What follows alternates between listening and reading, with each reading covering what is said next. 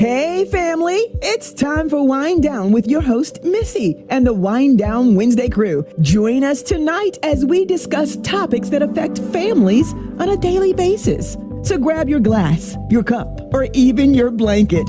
Settle in on the couch and join us in the room as we go live in 5, 4, 3, 2, 1. Hola, family, and welcome back to season 2 of Wind Down. I'm looking at our live feed on Facebook, and it seems that we have 2 lives going. I don't know how that's going to all work out, but we don't seem to be getting any feedback or anything like that. So if it becomes a problem, if someone that is watching live can just drop it in the comments, we will make sure that we get it taken care of. So what we're going to do is we are going to start off with a few rules, and there's no hate speech here. There is no harsh speech here. Everybody's entitled to their own opinion, and what works for you and what works in your house may not work in my house. And I want to discuss that because that's what we're here to do, talk about the differences of opinion and all of that. So if there's something different that you do that you want to talk to us about, we will welcome those comments. And feel free, like if you want to come in the room, we always welcome people into the room. If you would like to be in the room and actually openly chat with us, you do have to be camera on, and you have to be willing to discuss your points of view. If they get out of control, I hate to say it this way, but we know how to click you out and be like, we love you, but you know, that's not welcome here. So we do invite anybody in the room that wants to come in the room, especially those ladies that are part of our village, that are usually a part of our conversations during the day. If you want to be in, we welcome you to come in the room. I am Missy. I am the owner of Hands of Melody, which you see up there, we call home. So we say welcome home. And I am one of the doulas that serve there as well. The ladies that you see in the room tonight are all mommies that are part of our group. So we are glad to see them tonight. All faces that you've seen before, except for Miss Bethany. We are glad to have Bethany in the room tonight. We be missing you on the chats, Mama. So we're glad that you could be here. Everybody in the room, we're gonna ask if you can be, I know Nick is kind of in transition, but ask that everybody can be on camera. Feel free to come off mute. You do not have to type in the chat if you do not want to. We'll kind of talk openly. Tonight, we're going to talk a little bit about the craziness of the menstrual cycle. I tell my husband, and I told him before we got married, and this is just for me personally, I hope nobody take offense, but we crazy anyway. Men are crazy in their own kind of, you know, situation, and we crazy over here in our own kind of situations. But during that time, for some of us, things get even more out of whack. And so we hope that something we say tonight can help you understand where we are and the things that we go through and deal with. If you are a man watching this show that has a girlfriend, a wife, a daughter, a sister, a mother, whatever, all of this applies to you. And the one thing that I want us to really start doing is not just talking to our daughters about these things, but talk to your sons that will potentially end up with a wife, a girlfriend, has a sister in the house, a niece, a female that they're going to have to come in contact with that has to go through all of this stuff. Because in 2022, we should not still be saying ew when somebody has a cycle. Like, come on, that's 1960, you know, Leave It to Beaver, you know, back before they could show tampons and pads. Because I remember when they couldn't show tampons and pads on TV, but now they're using 4 and 5 letter word. Like, they saying all of this stuff, but we saying ew because they show a tampon on a commercial. No, that's not what we're doing. So if they want to show it to us, let's talk about it. We're seeing different things, like things called like the ring and the cup and all of this stuff. Well, what is that stuff? Are we equipping our daughters to know what to do with their bodies with these things? I know I didn't know how to use a tampon until I was an adult, and I was self-taught. And let me tell you, that first time you put it in and you put it in wrong and the mug is not in there and you got to take it back out and it's still dry, the devil is alive. Like, it is like real. Like, that thing is real. So I don't want any girl to have to go through what I went through. So we're going to talk about all of that kind of stuff tonight. We had a very interesting conversation during earlier part of the week where we talked about this. And I'm going to tell y'all, because I ain't had a cycle in, it's been a few years. Some of this stuff I didn't even know. So I'm sitting up there listening to them talk with my mouth wide open. And like, I'm like, how does this work? Like, what are we doing? So we all gonna learn in here tonight together. We're gonna ask questions. We're gonna share some stuff. If anybody from Amazon is watching, let me tell you, we send all the links to Amazon and everything else for everything that we buy. So if you want to kindly sponsor this live Winedown Wednesday, we will keep on clicking and linking folk right onto your stuff, because we do it all the week. If we could put home on everything that we bought as a result of the links that get sent out in this group, y'all will be proud of us. So somebody that worked for Amazon, y'all hit a sister up. hello@melodichands.com, because we be hooking y'all up all the time. All right, so in the room we have, that's normally in the room with us, Miss Rachel. We also have Miss Angie. We got Mother Cherie, and her approved list is in the room tonight. We have TJ. We have Nikki, who is in transition, but she's still with us, and she'll be camera on in a little bit. We have Miss Sharon. We have seen Sharon in the room before, but Sharon is going to be a regular right on in here with us, so we're excited to have her. We have Bethany, and we have did I turn her off? I did. We have Alexa in the room with us. Every time we say her name, girlfriend back behind me get to like asking me what I want and stuff, so I had to turn it off. So welcome in the room, ladies. Take yourself off of mute at any time, and let's have a conversation about whatever it is that y'all are trying, using, thinking about, saw it on a commercial. Like, that's what we're here to talk about. So who want to go first? Come on. Go Ahead. Can I go first? Yes. Yeah, I just, in getting started with the conversation, I did want to start with talking about how important it is when we as women have our periods to track our periods. Like, I've encountered in my professional career several young ladies, older ladies, who don't track their period at all, or can't tell you, I'm on a 28-day cycle, I'm on a 21-day cycle, and I think that's so important, especially if in that person's life they're trying to get pregnant, or they're trying to see when that ovulation cycle starts. You know what I'm saying? So I think I just wanted to start this conversation and talking about, or setting the foundation about, how important it is to mark your period every month. There are some women who don't have a period every month, but it's still important to mark your period, to write down when you have your period. So if you are a person who has it every 3 months, and then it comes a time in your life you're trying to get pregnant, well, you definitely need to go to your doctor and say, hey, I've always had my period every 3 months. I thought that was normal. Maybe it's not, because now I'm here trying to get pregnant. Is it only this time that I can work on getting pregnant? So I just wanted to start that off with this conversation, how important that is. That's such a good point too, because, and it's something I remember from when I started my cycle eons ago. It's something no one ever told me. No one. And Right.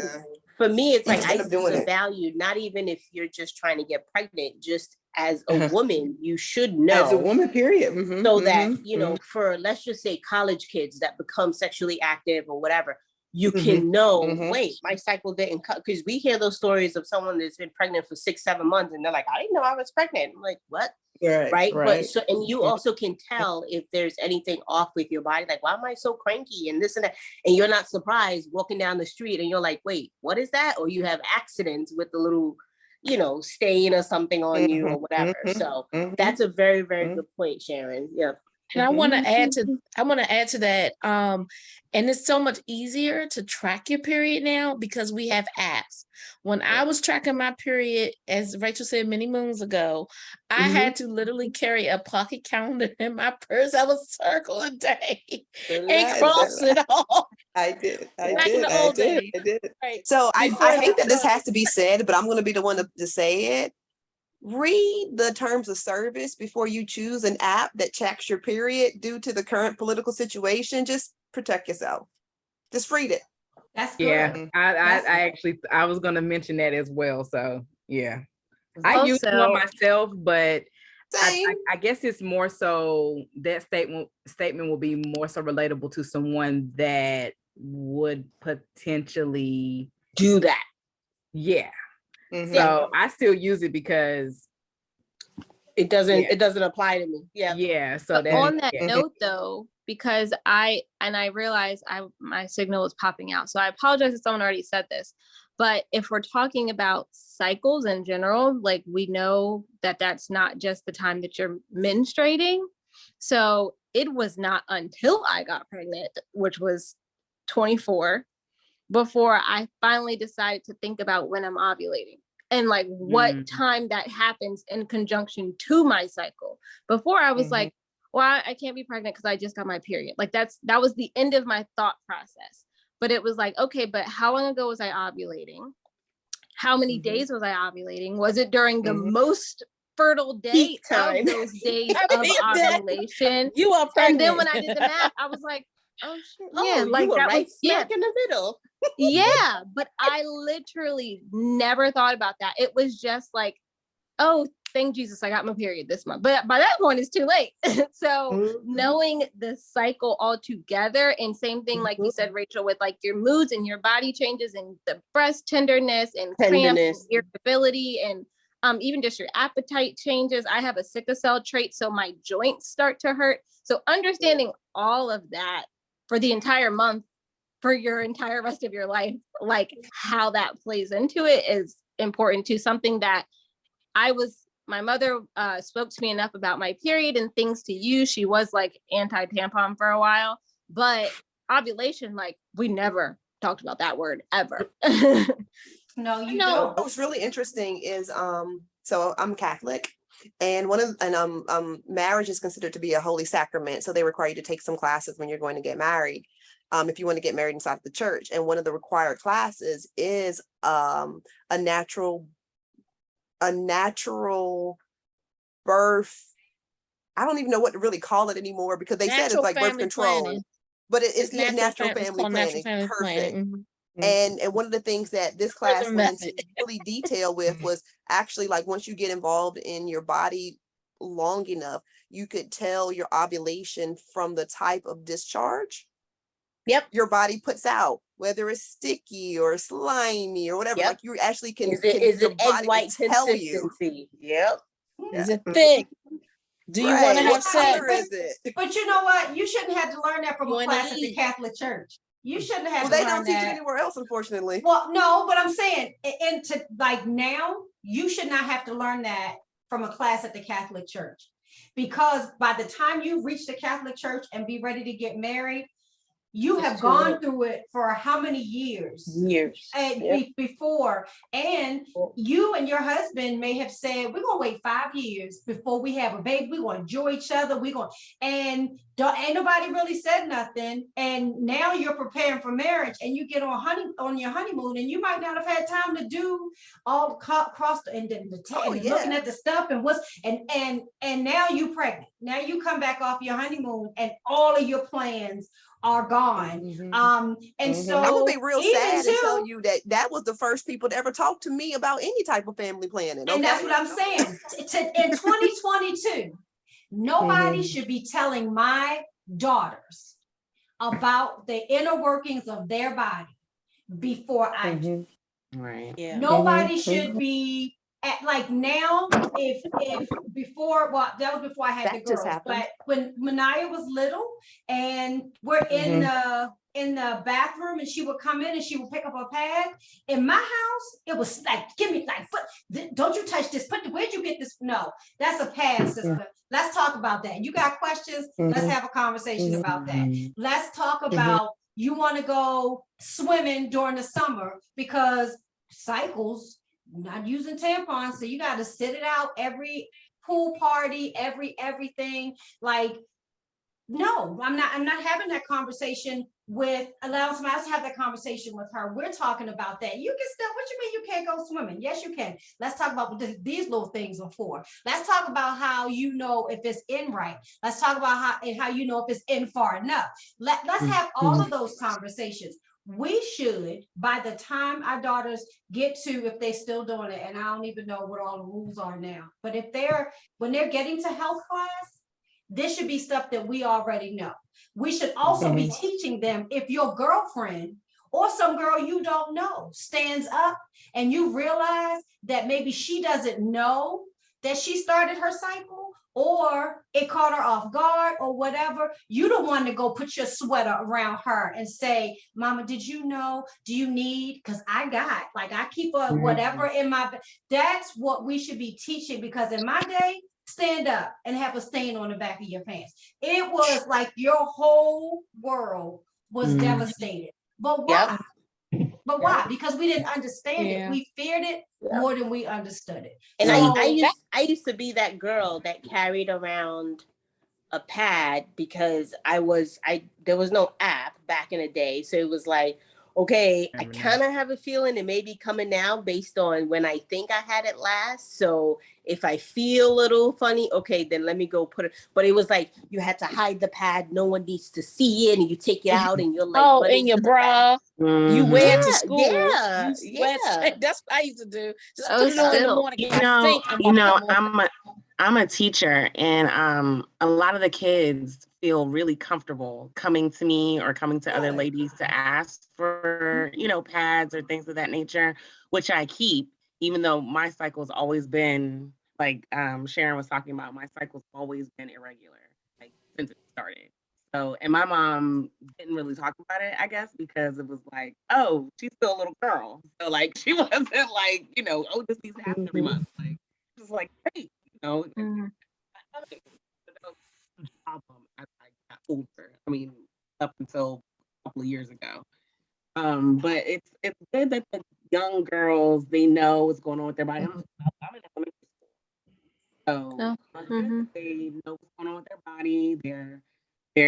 They know who to go to. They feel comfortable going to the female teachers to ask for things if they need anything. Your sound is fading in and out, Bethany. Yeah. I thought it was me. Yeah. Can I make an admission? Yeah.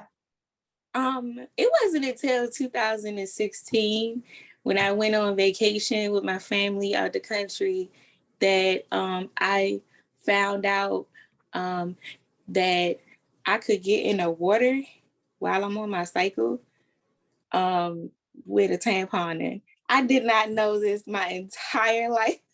Yeah. Yep.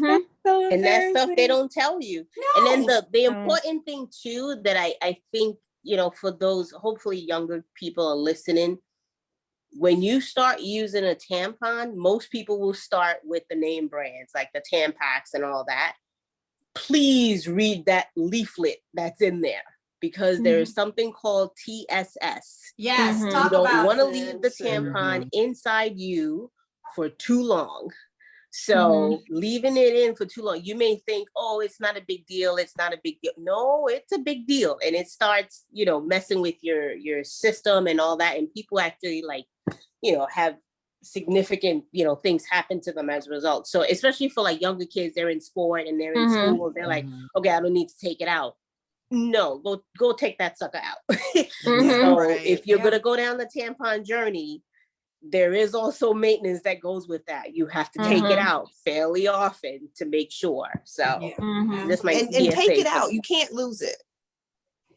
Yes. Like some people say they lose it and they might put another, you can't lose it in there. Like there's a limit to how far it can go. Of you. Say? Oh, Don't have Lord. sex Say with that it again. inside of you. Don't have sex with the tampon inside of you. That is not a form of birth control. Cherie, why you look like that? Cherie, why do you look like that? I didn't know that. Why do you look like that? Because that hurts. I It can't is. even. That I didn't know people did that. That's why I'm looking like, why didn't y'all say that? Yes, I've heard girls that say that was their form of birth control. Do that? Hell no. Yes. That's what I'm looking like. No, wait, no. Oh, I'm not that desperate. Yes. Yes. No. Some girls But if will someone say has in made that mistake, in school, now they you used to know. say they use that as a form of birth control because their parents would not give them birth control. Even at the age that I started my cycle at 11, I knew that that couldn't be right. First of all, if it's that far in there, you got to go get it. Now you probably got to go to the GYN and ask them to get it out. Do you know how nasty that thing is? And the rankness of the room when somebody got to go in there and get it for you. Don't do that. Don't do that. I can't even fathom that step because my mind is just like, well, if I manage to put my tampon in there, I don't know where you think there's room for you because there's not. So even just fathoming. That's real. That is like, real. No. I feel like, oh my God. I ain't got no more room for you, boo. It do. It make your belly button hurt. Yes, I've heard that before. It do. It make your belly button hurt. But people are doing this. But this is, I feel like this is a good spot for me to like ask this question. And I'm not trying to change the topic by any means. Go.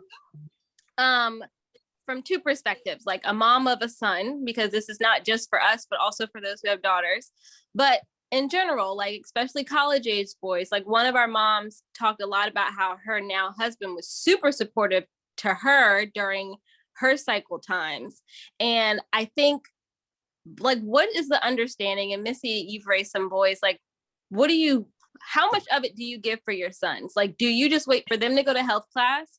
Or even if they don't have siblings who are sisters, like having a partner later in life, or they may be the one to notice a stain on a young lady's outfit in school or wherever, and the maturity to say to them, you know, hey, this is what's happening. Can I help you? Or with their partner. Like my thing I've always gotten is when I'm being bitchy, it's like, oh, it's time for your period. Okay, you on your period. maybe, but also like it's more than just me being bitchy. Like and maybe you just getting on my nerves. Maybe that's what it is. You just an ass. Maybe that's what it is. Yeah, Nikki, it's funny you mentioned that because I actually just saw a video like last week on Facebook that had went viral where this girl had went to the gym to work out, doing squats, and a man came up and a man came up to let her know. Like she didn't even know. Yeah. So yeah. But you do teach. So I will say with my older son, I kind of left that up to his father to like, I was expecting his dad was going to have that conversation with him, whether he did or not. I got a son that lives his life in Mosey. So it's not like he would ever like just be like the freak out type anyway. But with the younger one now, with our 15-year-old now, I know that my husband has conversations with him about women. And you know, so that is a part of the conversation that they will have. He also is very open with them in general about having conversations about the opposite sex and sex within itself, like all of that. So I think it's up to, if the father's not in a place to do it, I think it then becomes the job of the mom.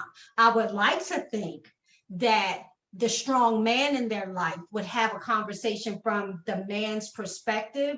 And then the woman can just like plug in like how we would feel if it was us. But if not, it is the responsibility of whichever parent is responsible enough to have it, because it should not be had on the street. Right. Because they don't know. You should have to talk with your sons early. My oldest is 11. He'll be 12 this year, December. But we had the conversation with him when he was 10. And, you know, it's a lot of girls, young girls that starting their menstrual cycles at age 8. Yes. So I had to warn him, like, if you see a young lady, like if you were in school, you see a young lady out in the street or in school or whatever, and you see they got like a spot, just take your hoodie off. You always got a hoodie. Take it off, give it to her. Let her know, but don't embarrass her. Pull her to the side, like whisper to her ear or something, and then ask her if she needs some help or something. And then y'all go to the right person, but don't just leave her hanging like that, because that's embarrassing.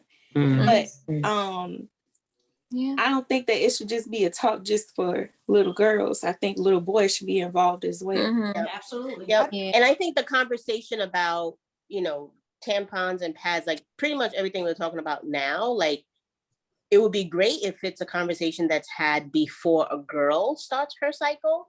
Right. But it can be a conversation that's had after, because then I think it makes a little bit more sense, because the person has, you know, the young girl has started going through it, and you can do a little show and tell and use your experience to kind of, because before they start, it's kind of like, okay, yeah, oh, this weird conversation.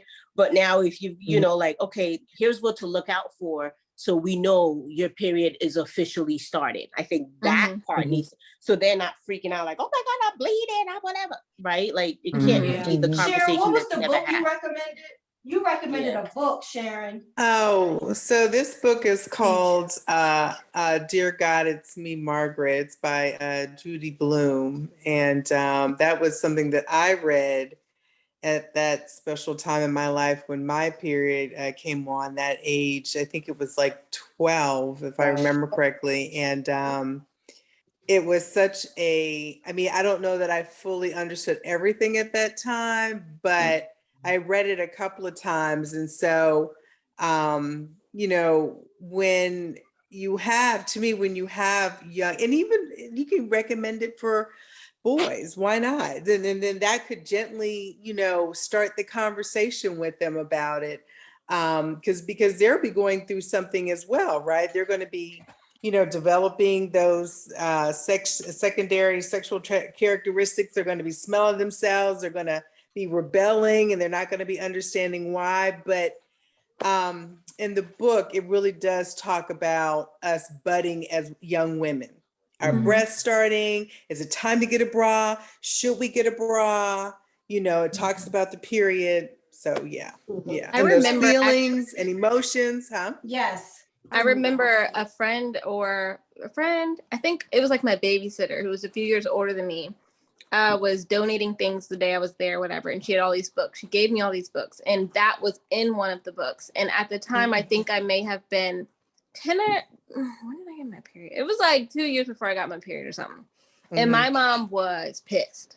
Like, she took the book, she talked to my babysitter's mom, which was like a friend of hers, and was like, you know, you cannot, like, I think it was because she hadn't had a chance to talk to me about it first. And she probably was not familiar with the book, and she wasn't sure what was in it, because when I actually did start, I was surprised she still had it, and she gave it back. So it's not like she took it, threw it away, but I think she just was like, this is way too soon. But although I had not started yet, my friends did. So she had to know that I was gonna be in this stuff. Like, and I think after that, I started carrying around a bag with like pads, liners, extra pairs of underwear.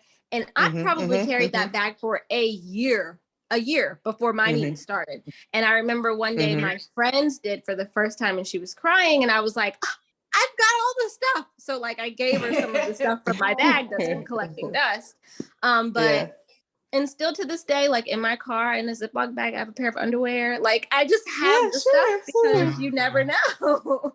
And that's something you need to do too. You can, and if you decide to discuss it beforehand, then you get the little bag, you get the Ziploc bag, the underwear, a tampon, a pad, you know, all the little different things, and you can sit down and have a conversation with them to teach them how to use it. Because again, that little diagram on that insert in that tampon box, it does not really do justice to what you have to do to put a tampon in. And I remember, I believe it was Morgan. Morgan had friends that did not know how to wear a tampon. And we were at another friend's house and they all wanted to go swimming. So Morgan was like, well, my mom will tell you how to use it. And she pulled them all in a room and I had to do a tutorial on how to wear a tampon. So all these little girls, and these were girls that had their cycles. Like this was like, at this point, they had been on their cycles. So it's not like their mom was, like you said, maybe their mom was waiting until, no, they were already in the midst of it. It was trial by fire. So nobody was teaching them to do that. So it's very important that we talk about that and what should be in that little bag. And then you can get a little bag that says makeup bag. You can get whatever. They make all kinds of little cute stuff and you put all the little stuff. The one thing that I did add, I told that I added when Manaya first started was the little snack size Ziploc bags. Because when you go out and you have to throw those things away, now they have the sign saying, please don't put these things in the toilet or whatever. You put it in the Ziploc bag, close the Ziploc bag up, drop it in whatever trash can or whatever. Yeah, my mom actually, my mom told me when I first started, and I still do this, I don't know, it's just weird to me not to do this, but like never throw it away at someone else's house is like what she told me. So we had the doggy bags, like the scented poop bags, like the Arm & Hammer, like whatever you have for your baby's diapers, like on the little thingy where it pulls out.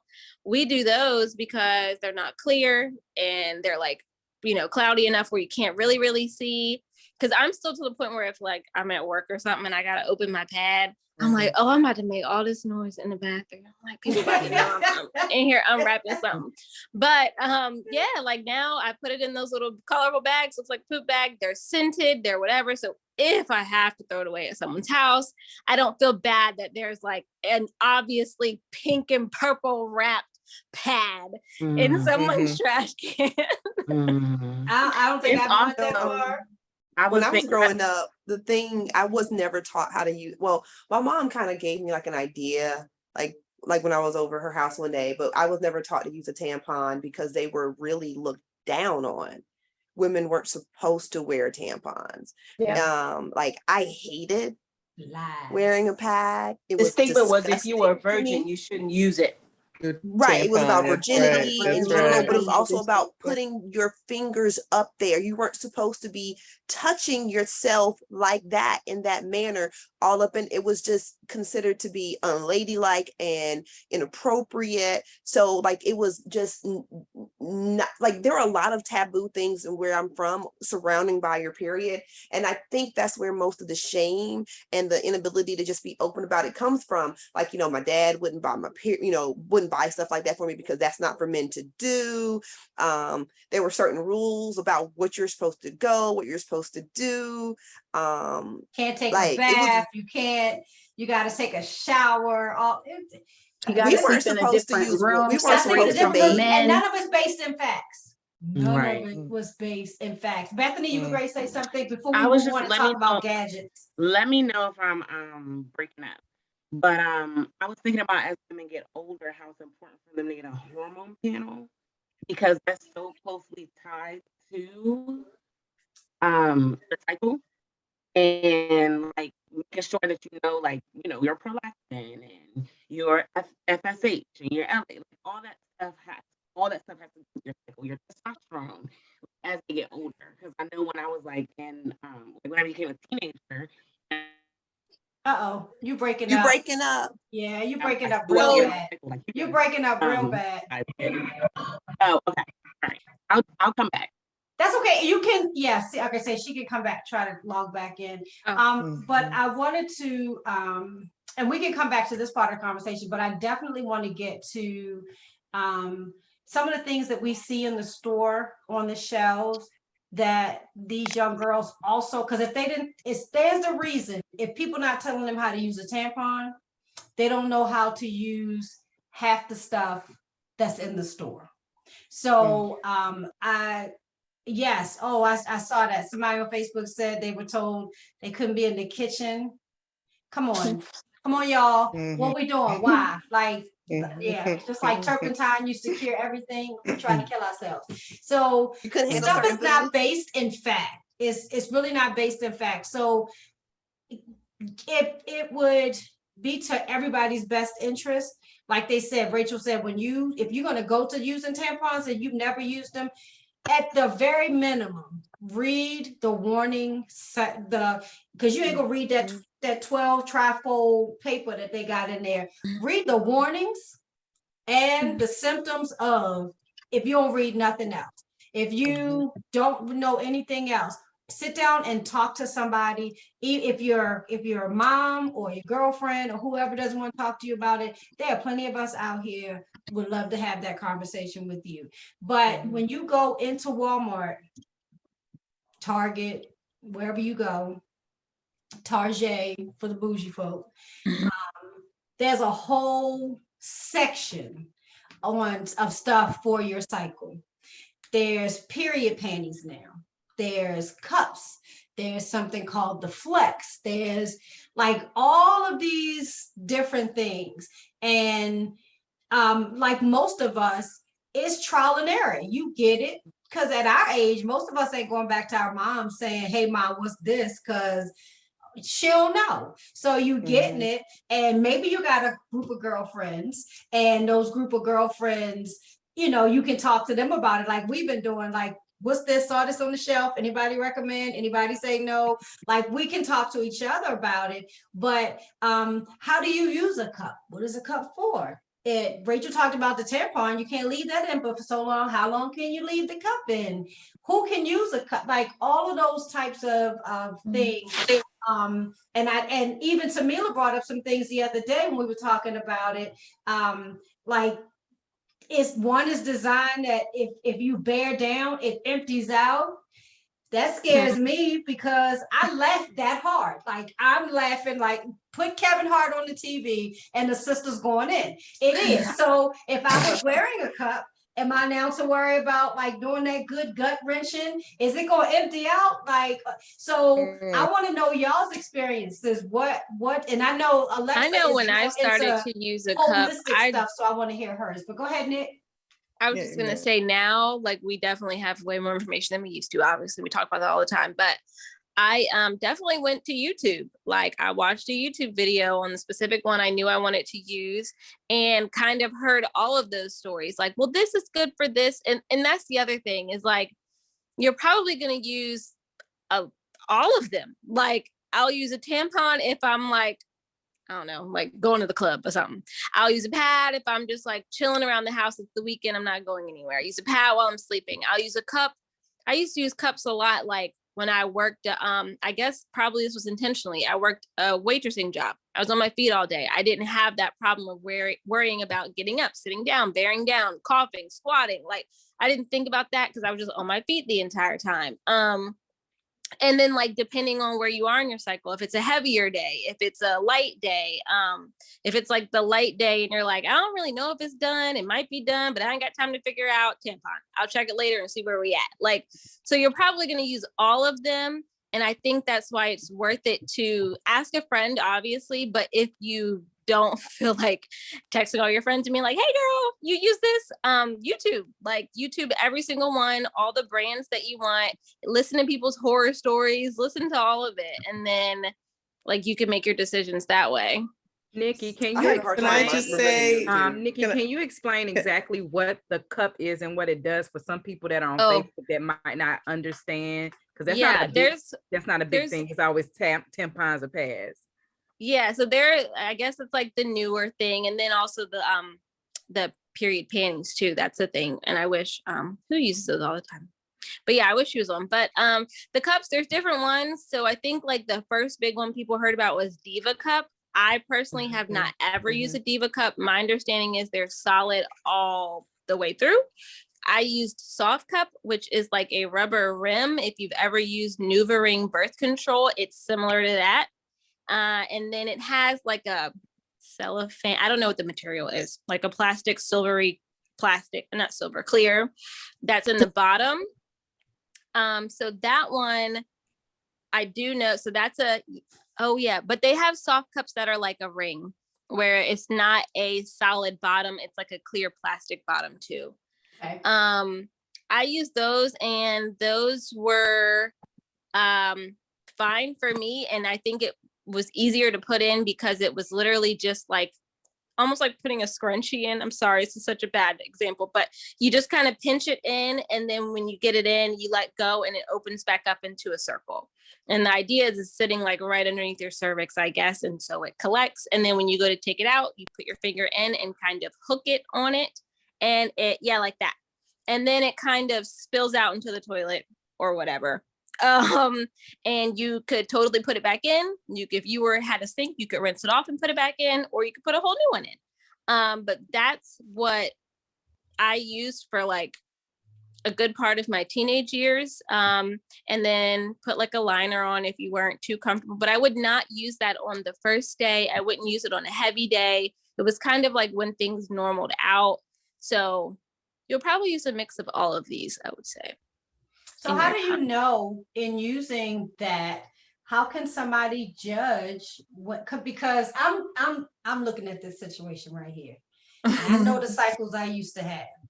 I feel like the cup, the ring, none of that would have held what I had going on. But how do you judge? Like, because all you know is your normal. So yeah, and I would say like try it home.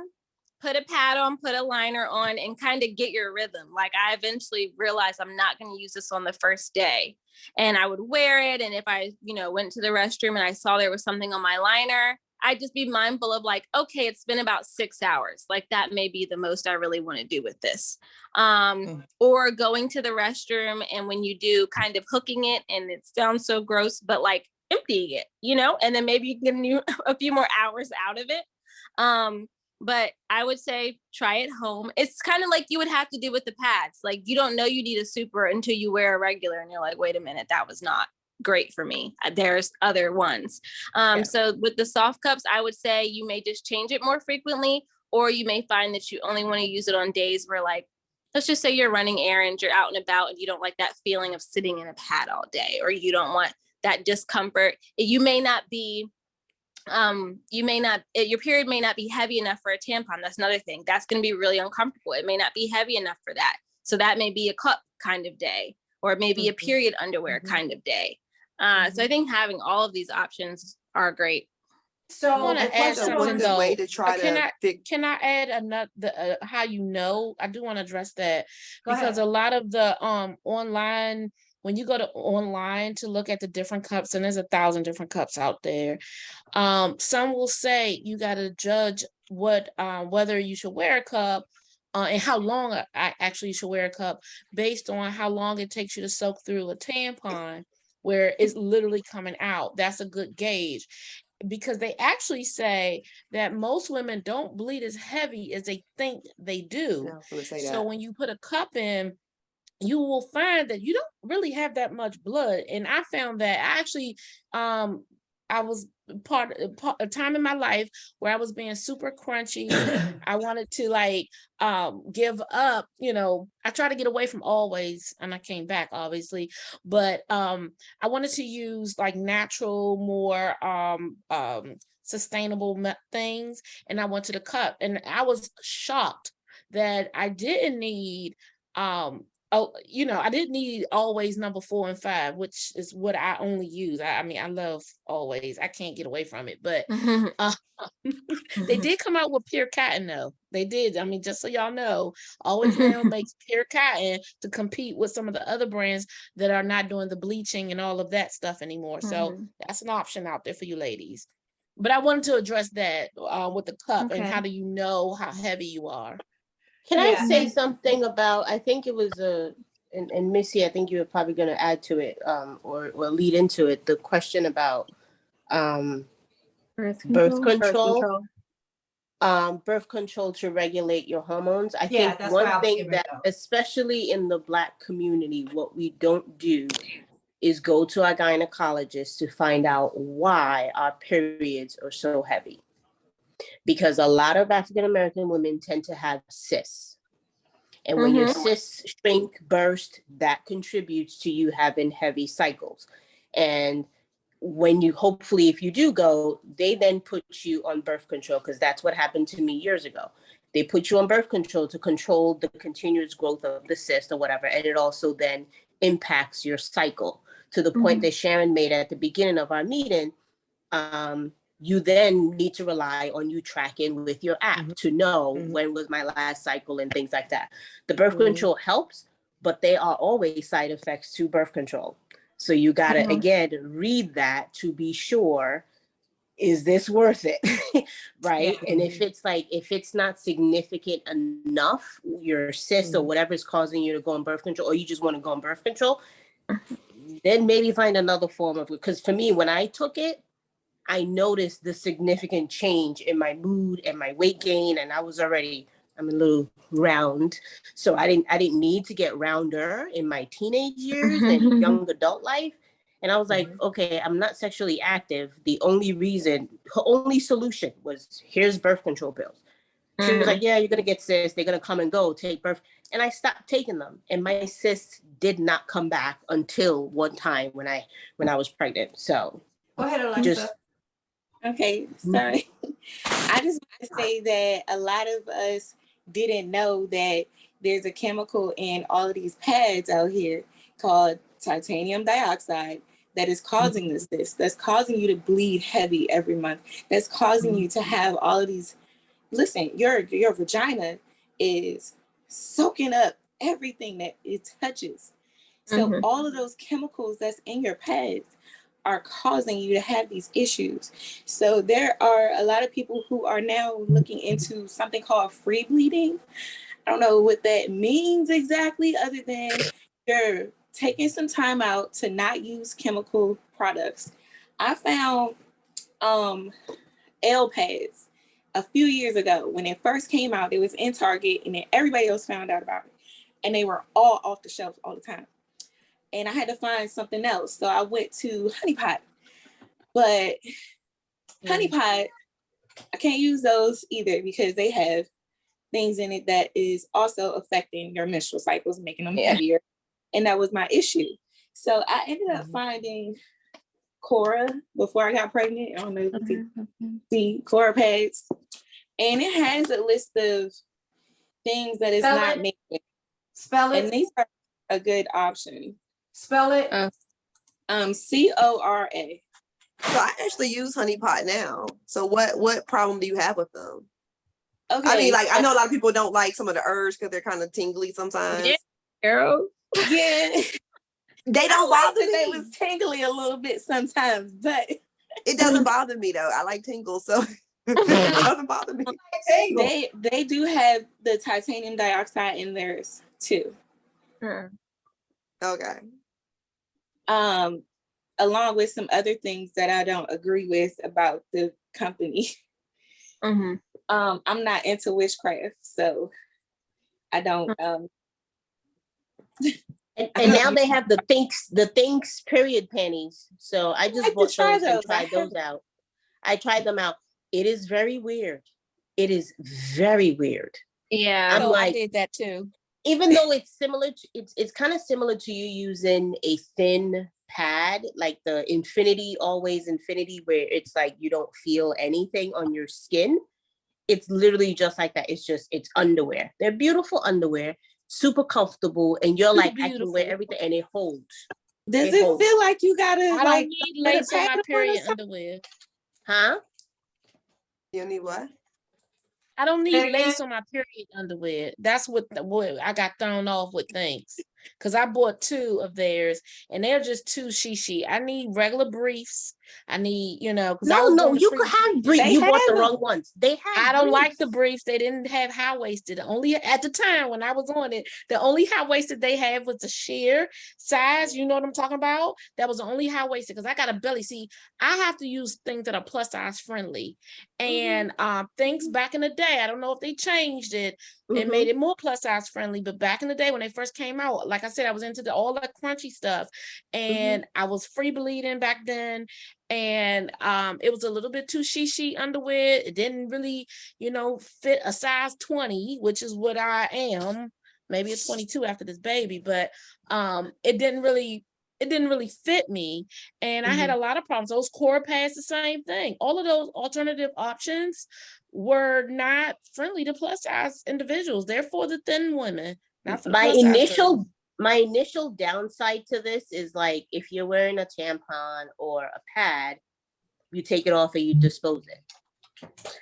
When you take this off, like I literally have to stand in the bathroom and like rinse it and wash it off and stuff. But then I'm like, I'm not doing laundry right now. So do I like leave this wet thing in my pantry? No. Then so like that whole change management for me is janky. So I was like, forget it.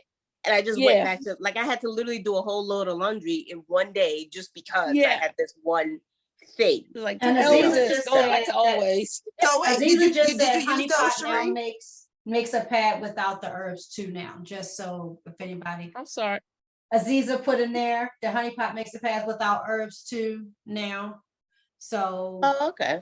So to be honest, I actually don't use your pads. I don't have, after baby, I don't need something that heavy anymore. So I actually just use panty liners. I guess that's like the one benefit you get out of all the craziness that happens too.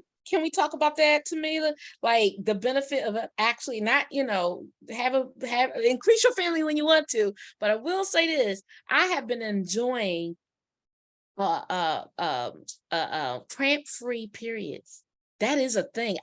All my life, women have been like, "Oh, I don't have to get cramps." Hey, it's not even possible. Ever since I had my baby, I'm lighter. I don't even know when I'm coming on, and I track, but it's still kind of adjusting. Right, I used to know. Yeah, like before I used to know. I can get it during the day. That may be y'all age, because mine came back just full of fire. And just like it's a young woman's game to have a baby. You see, I'm quiet. I'm looking at the two of them like, what are y'all talking about? My joint came back heavy. I'm still on birth control too, so I can't say it's 100%, but I'm on this special low hormone birth control. Well, just know subsequent children, it changes as well. Mine was horrible. Then after my son, it was really light. Then after Morgan came, it was really heavy. Then after Leah, it was really light. Like, so it just did this back and forth. Well, Stephen did me a job. It could change. Your hormones do crazy things. So, and another thing, in addition to not only taking the birth control pills and it gaining weight, I know for me, and this was back when I was younger, but one of the things that they put me on was the birth control patch. Oh, I had that too. Yep, it started making my hair fall out. And so I threw that away. I hated those things. And just so people know, I even tried Depo. It is healthy to have a cycle. Let's put that out there too. Your body, that shedding that your body does. So shed unwanted eggs. I had a friend that did birth control only to make sure that her cycle was not going to be on during her wedding. So her doctor started her a few months before, and she was able to roll completely through to her wedding. After her wedding, she threw them away. She never took them again. And her cycle kind of came back and did what it was supposed to do. So for that, she used it for that. You don't have to use it for years and years and years and years. And just because somebody tells you one thing, they tell you, oh girl, it's not going to make you gain weight. It might make you gain weight. Maybe it didn't make this person gain weight. Maybe it did make this person's hair fall out, but they have those side effects on there for a reason. Those commercials that make everything sound wonderful, and then they got the person talking real fast at the bottom, telling you all of the stuff, like you taking this inhaler for asthma, but the side effect may be shortness of breath. I'm sorry, what we doing? Why are we doing that? That's what I thought we used the inhaler for. I love watching infomercials where the side effect is longer than the actual remedy of the medicine. I'm like, well, the birth control that makes you have your period 25 selling me side effects. So I can't say this. For women who are looking to get pregnant, if you I was on birth control for God knows over 20 years. From the time I was 16 till I decided I wanted to have a child, I was on birth control. And it took a while so I come from a very fertile family. What I mean by fertile is my grandma had 5, and then she decided that she needed to stop. My mom got her tubes tied. Like everybody in my family on my mom's side, it's lots and lots and lots of kids. So I was, but it took me a long time to be able to get pregnant after I stopped being on birth control, because I was on it for so long. So I do want to caution women who are on birth control, if you're trying to get pregnant, you're getting off, give yourself some grace, understand that you got to let your body flush that stuff out, and it's not going to happen right away. You're not going to be a month or two, or sometimes even 6 months, sometimes even a year. Yeah, sometimes it out takes of getting off of birth control. It could be. Go ahead, Sheree. I just want to add to this though. I don't know about that because I guess it's anecdotal, right? Because I know women who, soon as they got off birth control, got pregnant. Yeah. And so I think. But how long were they on birth control, Sheree? A long time, like 15 years, like a long time. I think it's body specific. And I can tell you, it's body specific. Because I can tell you, for me, I will say the biggest aha moment, or this has always been told that as soon as you have unprotected sex during your ovulation time, you will be pregnant. And so when I actually tried to get pregnant, and maybe it was because of the stress in my life, I couldn't get pregnant. It's like, hold up now. I know I'm a little older, but still, I'm healthy. And it took me a good 8 months to conceive. And I was shocked. Like the first time that I actively tried to have sex during the ovulation window, I said, oh, here we go. I'm pregnant. And I wasn't.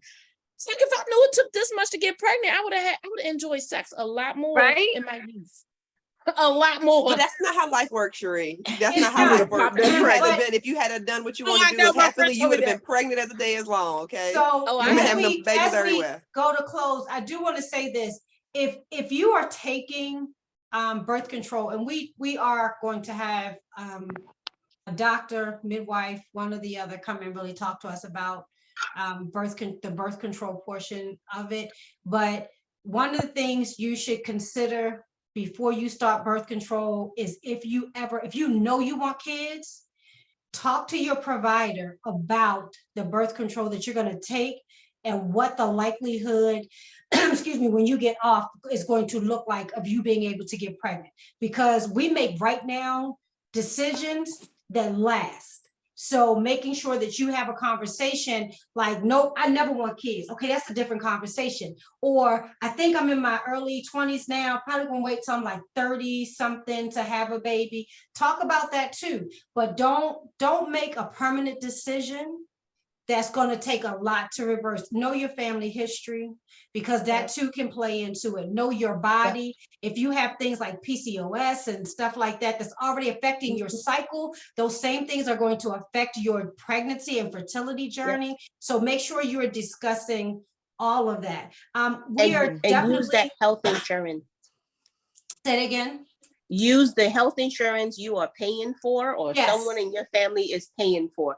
Don't think the aches and pains that you have is okay. No. Or you don't want to say anything to anybody. Even if someone in your family says, oh, I have the same thing, it's okay. No.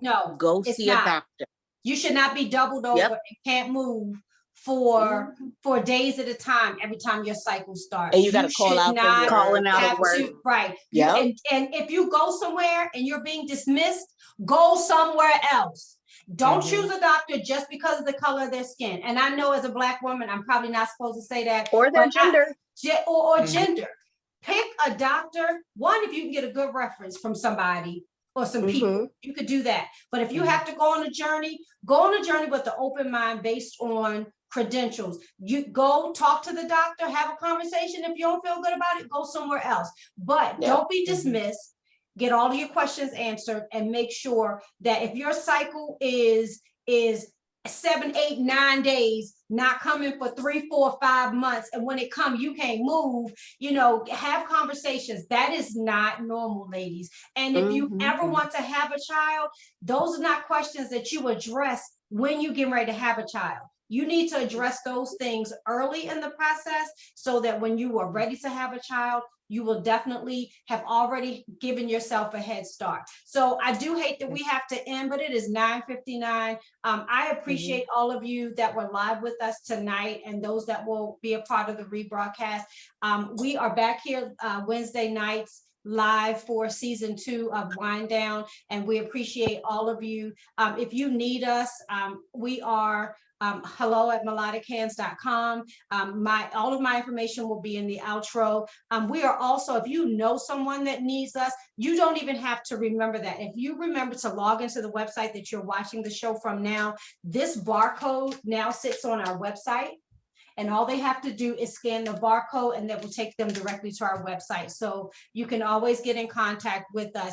Even if you have already had your baby and you need support, please reach out to us, and we will, if we can't help you, we will guide you to the person that you need to get all of your help from. Thank you all, ladies. Tonight we'll say our goodbyes after we do our outro, but thank you all for joining us tonight. Amazing conversation. Thank you for all of the comments. Hey, Dominique, you made it, girl. You made it in the room, and I'm so proud of you. You did not forget. So thank you for joining us live, and we will see you back here next week. And here is our goodbye for you all.